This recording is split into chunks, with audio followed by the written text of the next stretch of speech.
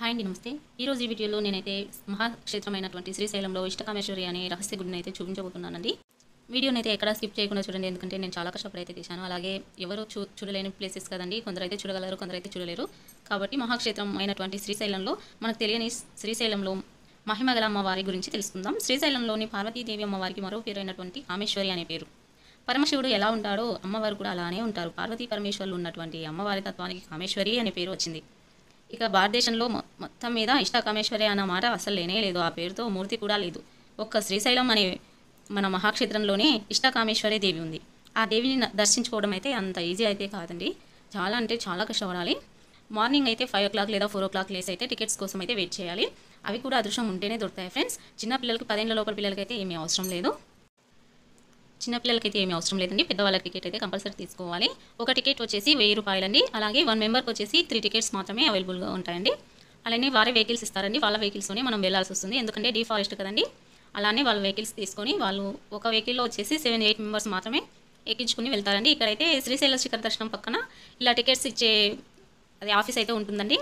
ఇలా రేపు తీసుకోవడానికి ఈ రోజు నుంచే టికెట్స్ కోసం క్యూ లైన్లో అయితే నిలబడాల్సి వస్తుంది. అక్కడ కనిపిస్తున్న ఆ వెహికల్స్ ఏనండి మనని తీసుకొని వెళ్ళాల్సింది, ఆ వెహికల్సేనండి. రేపు టికెట్స్ కోసం అయితే ఈరోజే ఇలా క్యూ లైన్లో అయితే నిలబడాలి. అది కూడా అదృష్టం ఉంటేనే దొరుకుతాయండి. చాలా అంటే చాలా కష్టంగా ఉంటుంది టికెట్స్ దొరకడానికి అయితే. చిన్నపిల్లలకైతే ఏమీ అవసరం లేదండి. ఆ చుట్టుపక్కల అయితే ఇలా ఉందండి. టికెట్స్ ఇచ్చే ఆఫీస్ చుట్టుపక్కల అయితే మొత్తం ఇలాగైతే ఉందండి. ఇది శ్రీశైల శిఖర దర్శనం పక్కన అయితే ఉందండి. మనం ఇంకా టికెట్స్ తీసుకున్న తర్వాత మరుసటి రోజు టుమారో 8 o'clock లేదా 9 o'clock అయితే రావాలి. ఇంకా వచ్చిన వెంటనే మనకి ఏ బండి అయితే కేటాయించారో ఆ బండిలో అయితే వెళ్ళాల్సి వస్తుంది. ఇక్కడ మేము జర్నీ అయితే స్టార్ట్ చేసామండి.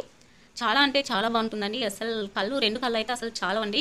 ఈ పచ్చదనాన్ని చూసి అయితే అక్కడైతే వర్షం పడింది. మొత్తం వర్షం పడిన తర్వాత మొత్తం అయితే ఆకుపచ్చగా అసలు చెట్లు అయితే చాలా బాగా ఎగురొచ్చాయి. ఇలా వెళ్ళేటప్పుడు అయితే ఇక్కడైతే మనల్ని చెక్ చేస్తారండి. చెక్ పోస్ట్ అంటారు కదండి, అలా చెక్ చేసి ఒకసారి డ్రైవర్ అయితే వెళ్ళి చెక్ చేయించుకొని వచ్చేస్తారండి. ఇప్పుడు ఇంకా స్టార్ట్ అవుతుందండి జర్నీ అయితే. ఇప్పుడే ఇంకా అసలైన కాకులు దూరని కారడివి, చీమలు దూరని చిట్టడివి అనే సామెత ఎలా ఉందో అచ్చుబుద్దినట్లు అలానే ఉంటుంది ఫ్రెండ్స్. అసలు ఒక్క వెహికల్ కూడా ఎదురు రాదండి. అసలు భయంకరమైన అడవి అంటే ఇలానే ఉంటుందని నాకు అప్పుడైతే అర్థమైంది ఫ్రెండ్స్. చాలా భయంకరమైన అడవి అండి. చాలా పెద్ద పెద్ద చెట్లు అండి. అసలు చూడడానికి అయితే 2 కళ్ళు అసలు చాలా ఉంది. కంపల్సరీ శ్రీశైల మహాక్షేత్రానికి వచ్చిన వాళ్ళైతే కంపల్సరీ ఇష్టకామేశ్వరిని ఇష్టంతో వెళ్ళి మనం ఏదైనా కుంకుమ పెట్టి అమ్మవారికి నుదుట కుంకుమ పెట్టి ఏదైనా కోరిక కోరితే కంపల్సరీ 41 రోజులోపు ఆ కోరిక అయితే కంపల్సరీ తీరుతుందట ఫ్రెండ్స్. అది ఇక్కడ స్పెషాలిటీ అయితే. మనం ఇక్కడ చూస్తుంటే మనకైతే అర్థమైపోతుందండి. చాలా దిట్టమైన డిఫారెస్ట్ అండి.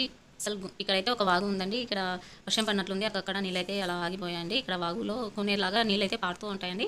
మనమైతే దాన్ని దాటేసి అయితే వెళ్ళిపోవాలి. చిన్న చిన్న గుండ్లు, బండరాలు, అసలు పెద్ద పెద్ద చెట్లు, అసలు విచిత్రంగా ఉంటుందని. అసలు డిఫారెస్ట్ అంటే ఇట్లా ఉంటుందా ఫస్ట్ టైం చూడడం అయితే నేనైతే ఫస్ట్ టైం అయితే చూస్తున్నాను ఫ్రెండ్స్. ఇక్కడ చూస్తూ ఉంటే ఈ గుండ్ల పక్కనే వినాయక స్వామి అండి. పెద్ద గుండు, అదేదో కొండ పక్క కింద అయితే వినాయక స్వామి అయితే ఉన్నారండి. మనం శ్రీశైలం చేరేటప్పుడు సాక్షి గణపతిని ఎలా దర్శించుకొని వెళ్తామో ఇక్కడ ఇష్టకామేశ్వరి దేవతకు వెళ్ళేటప్పుడు ఇలా వినాయక స్వామిని అయితే దర్శించుకొని వెళ్ళాల్సి అయితే ఉంటుందండి. ముందుగా వినాయక స్వామిని అయితే మనం దర్శించుకున్నాం. అలాగే ఇష్టకామేశ్వరికి ఇక్కడ పూజా సామాగ్రి అయితే అమ్ముతూ ఉంటారండి. మనకు నచ్చినట్లయితే వాళ్ళకి హెల్ప్ చేయడానికి అయితే మనం కొనుక్కోవచ్చు. నేనైతే ముందు తీసుకున్నానండి, వీళ్ళ దగ్గర అయితే తీసుకోలేదు. ఇక్కడ నుంచి తీసుకెళ్లాల్సి వస్తుంది కదండి, కాబట్టి నేను అక్కడనే తీసుకున్నాను. ఇప్పుడైతే ఇంకా అక్కడికైతే వెళ్ళిపోదామండి. చూసారా ఫ్రెండ్స్, చెట్లు అయితే చాలా అంటే చాలా భయంకరంగా ఉంటాయండి. ఇక్కడ వర్షం పడినట్లుంది, అందుకే నీళ్ళు అయితే అక్కడక్కడ అలా ఆగిపోయాయండి. ఈ చెట్లు అయితే చాలా పెద్దగా ఉన్నాయి ఫ్రెండ్స్. చూడడానికి పైకి అసలు చాలా పొడవుగా ఉన్నాయండి. చూడండి ఫ్రెండ్స్ ఎంత పొడవుగా ఉన్నాయో. అసలు 2 కళ్ళు అయితే చాలా మంది అసలు చూడాల్సిన ప్రదేశాలు అయితే ఇలా రహస్యంగా ఉంటాయండి. చూస్తున్నారుగా ఫ్రెండ్స్, మనమైతే ఇష్టకామేశ్వరి దగ్గరికి అయితే వచ్చేసామండి. ఎంట్రన్స్లో అయితే ఇలానే ఉంటుంది.